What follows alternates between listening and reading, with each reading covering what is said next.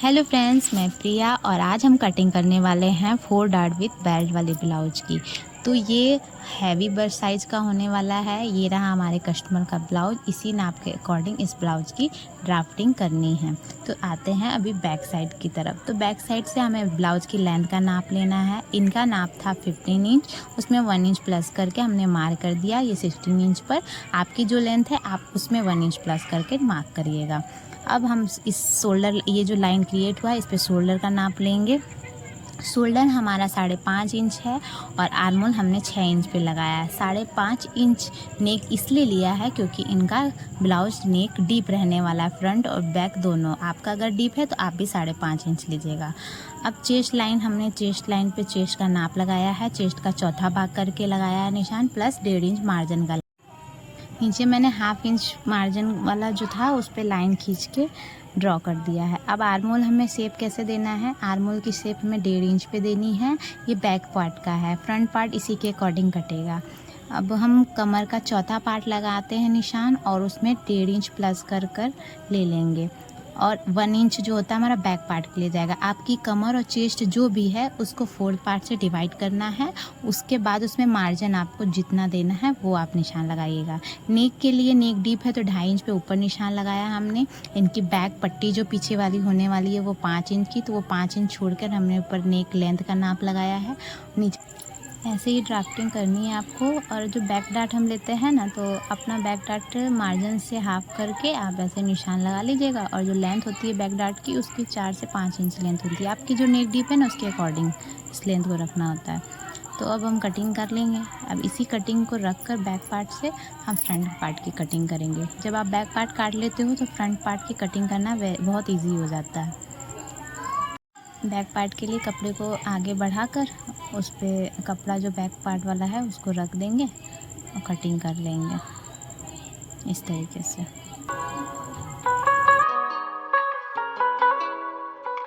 निकाल लेंगे इजीली। तो हुक पट्टी के लिए कपड़ा छोड़कर मार्क कर लेना है एज इट इज़, जैसा रखा है हमने बिल्कुल बैक साइड के अकॉर्डिंग। ठीक है। अब इसमें हमें कुछ भी प्लस माइनस नहीं करना है। सिर्फ और सिर्फ जो हम टक्स लेते हैं ना, तो पीछे 2 टक्स होता है और आगे 4 टक्स होता है, उसके अकॉर्डिंग हमें थोड़ा मार्जिन लेना होता है। तो चेस्ट के साइड 1 इंच और कमर के साइड 2 इंच का मार्जिन लेके हम ड्रॉ कर लिए हैं, क्योंकि वो टक्स में हमारा जाने वाला है। अब नेक की चौड़ाई का निशान लगाया। नेक की जो चौड़ाई थी हमने 2.5 इंच पे लगाया है और लेंथ इनकी 6 इंच थी, तो उसमें 1/2 इंच प्लस करके हमने लगा दिया 6.5 इंच पे। नीचे से नेक की चौड़ाई हमने 3 इंच रखी। इनको गला थोड़ा ब्रॉड चाहिए था। अगर आपको ब्रॉड नहीं चाहिए तो आप नीचे भी 2.5 इंच पे निशान लगा लीजिएगा। अब हम आर्म होल के साइड बॉक्स क्रिएट करके 1/2 इंच अंदर से कर देंगे, निशान लगाएंगे। ठीक है, आर्म होल का। तो ये हमारा फ्रंट का हो जाएगा। बहुत इजी। नीचे जो लेंथ का नाप लगाया था ना निशान, तो नीचे भी हमें लेंथ बेल्ट लगने वाली है, तो हम नीचे भी 1.5 इंच प्लस कर लेंगे। ठीक है। और 1.5 इंच प्लस करके जब लेंथ का निशान लगाएंगे, वहाँ से 3 इंच का नाप लेना है बेल्ट का। 3 इंच ऊपर के साइड और 3 इंच पीछे मार्जिन के साइड। तो ये बेल्ट हमारी क्रिएट हो गई। आपको भी ऐसे करना। और सेंटर वाले टक्स का मार्क्स ऐसे लेना है हमें, पट्टी से और नेक के लाइन के पास से हाफ कर। ठीक है, ये हमारा सेंटर वाला लाइन हो गया। अब सेंटर वाली लाइन के जस्ट सामने ही हमको ब्रेस्ट पॉइंट का नाप देना है। और ब्रेस्ट पॉइंट का नाप कैसे निकालना है, हमें शोल्डर पट्टी जो होती है हमारी उसका हाफ करके लीजिएगा। तो एकदम एक्यूरेट जो हमारा पहला टक्स जो पड़ता है ना, मेन टक्स जो पड़ता है, वो एकदम पॉइंट पे पकड़ेगा एकदम। आपको कोई भी नाप इसके लिए अलग से लेने की ज़रूरत नहीं। तो 2-2 इंच के मार्जिन पे लेकर हमने टक्स पॉइंट का निशान लगा दिया। और आर्म होल वाला टक्स हमारा 2.5 इंच के गैप में लगेगा। और नीचे वाला जो मेन टक्स होता है ना, वो सिर्फ 1 इंच का, वो हर साइज़ के लिए सेम ही रहने वाला है। अब नीचे से साइड से मैंने 1.5 इंच का नाप लेके वहाँ पे निशान लगा के मिला दिया है। आप भी ऐसे मिला दीजिएगा। देखिए एकदम परफेक्ट टक्स बना है राउंड में। ठीक है, बिल्कुल आपको यही करना है जैसे मैंने किया है। साइज आपका कोई भी हो, ड्राफ्टिंग ऐसी ही होगी आपकी। फ्रंट पार्ट में सिर्फ चेस्ट के साइज 1 इंच और नीचे जो टक्स हम लेते हैं ना, उसके लिए 2 इंच का अलग से मार्जिन लेना है आपको। और नीचे लेंथ में 1.5 इंच प्लस करना है। बैक पार्ट हमारा टक्स में जाता है ना, तो फ्रंट पार्ट कहीं छोटा ना हो जाए, इसके लिए हमको इतना मार्जिन लेना होता है। जब आप बैक पार्ट रख के ड्राफ्टिंग करेंगे तो आपको समझ में आ जाएगा कि आपको कहाँ कहाँ से क्या लेना है। ठीक है। एक बार आप वीडियो फिर से देख लीजिएगा। अगर आपको फिर भी कुछ समझ में नहीं आता ना तो आप कमेंट में मुझसे पूछ लीजिएगा। मैं इसके लिए और डिटेल में अच्छी से वीडियो लाऊंगी जहाँ पे आपको दिक्कत आ रही है। तो 2 इंच मार्जिन हमने साइड में लिया था ना टक्स के लिए, उसी का मार्क करना है हमें टक्स का। 2 इंच का ये मेन टक्स होता है हमारा। अब जो हमने बेल्ट कटिंग करके निकाली है वो तो हमने पहले कट की थी बिना टक्स लगाए हुए। अब टक्स लगा के हम रख के देख रहे हैं, जो एक्स्ट्रा पार्ट हो रहा है उसको कटिंग कर लेंगे ताकि स्टिचिंग के समय हमें प्रॉब्लम ना हो।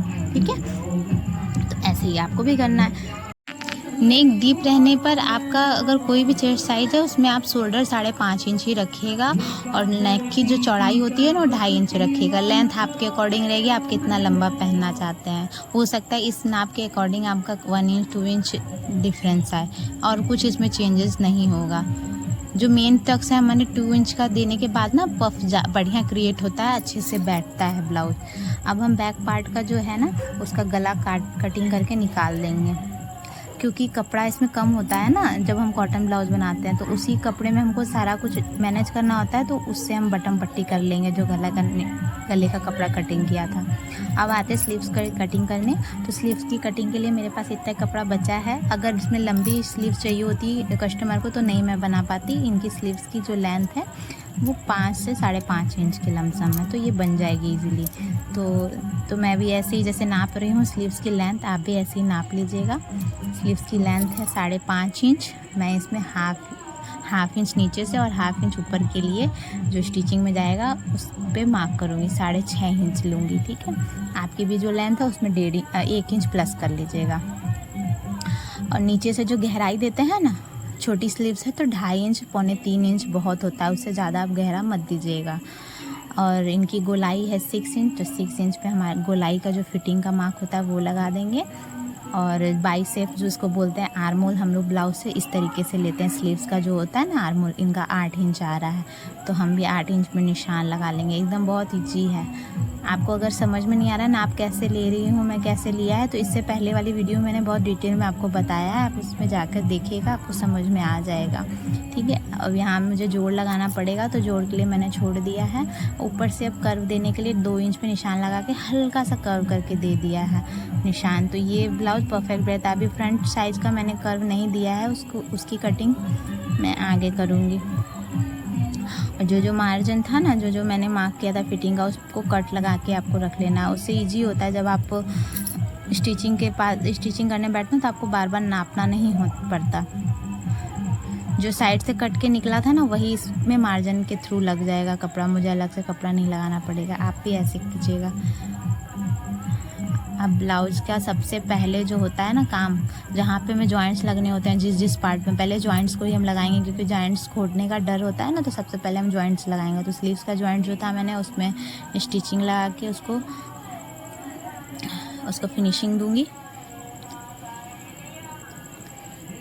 आप भी बिल्कुल ऐसे कीजिएगा। स्लीव्स में अगर जोड़ लग रहा है, आपके ब्लाउज में लग रहा है, जो भी पार्ट में जोड़ लगने होते हैं ना, उस जोड़ को पहले ज्वाइन कर लो आप। उससे क्या होता है, ईजी हो जाता है काम, फिर फ्रेश काम करना होता है।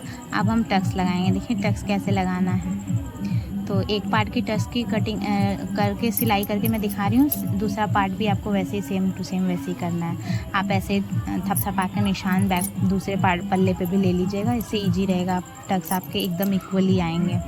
तो पहले मैंने सबसे पहले नीचे वाले टक्स को लगाया, जो मेन टक्स हमारी होती है, और 2 इंच का टक्स था। एक ही मतलब मैंने आपको दिखाया था ना कटिंग के समय। और ये सब 1.25 इंच का जाएगा। एक पैर के मार्जिन से बाकी सारे टक्स लगाइएगा आप। ठीक है, उसमें ज़्यादा मार्जिन नहीं लीजिएगा। मेन जो हमारी टक्स होती है वो सेंटर वाली होती है, नीचे वाली होती है, तो उसमें ही हमें अच्छे से टक्स लगाना होता है। आप भी ऐसे कर लीजिए। देखिए कितना अच्छा पफ बना है ना। ये हैवी ब्रश साइज का है, तो इनको बहुत अच्छे से जाके बैठेगा ब्लाउज बढ़िया से। अब बेल्ट भी मैंने लगा दिया है बिल्कुल सेम टू सेम। आपका जो पार्ट एक्स्ट्रा आता है बेल्ट लगाने के बाद, उसको आप कटिंग करके इक्वल कर लीजिएगा। और आप देखिए दोनों पार्ट मैंने जोड़ के देखा है, दोनों पार्ट के जो डॉट्स हैं इक्वल आ रहे हैं। बैक पार्ट का भी डॉट ले लेते हैं, और सबकी जो आप डॉट लगा रहे हैं, निशान लगाते हैं ना, उसका जो उसके दूसरे पल्ले को थपथपा के निशान ले लिया कि जो बैक पार्ट का टक्स दे दिया मैंने, और फ्रंट पार्ट भी मेरा तैयार हो गया है। अब दोनों को ज्वाइन करना है, दोनों के शोल्डर ज्वाइन करने हैं। शोल्डर ज्वाइन करने के बाद अब हमारा दोनों पार्ट तैयार हो गया है। आस्तीन लगा के मैंने ब्लाउज़ तैयार कर लिया है। ये रहा मेरा फाइनल लुक। ब्लाउज़ देख रहे हैं, फिनिशिंग बहुत अच्छी आई है। अभी मैंने इसमें आयरन नहीं किया है, हेम बटन करना बाकी है। बस मैं आपको ऐसे ही स्टिच करके दिखा रही हूँ। अगर आपको मेरी वीडियो पसंद आई तो प्लीज़ लाइक करें, शेयर करें, सब्सक्राइब करें, कमेंट ज़रूर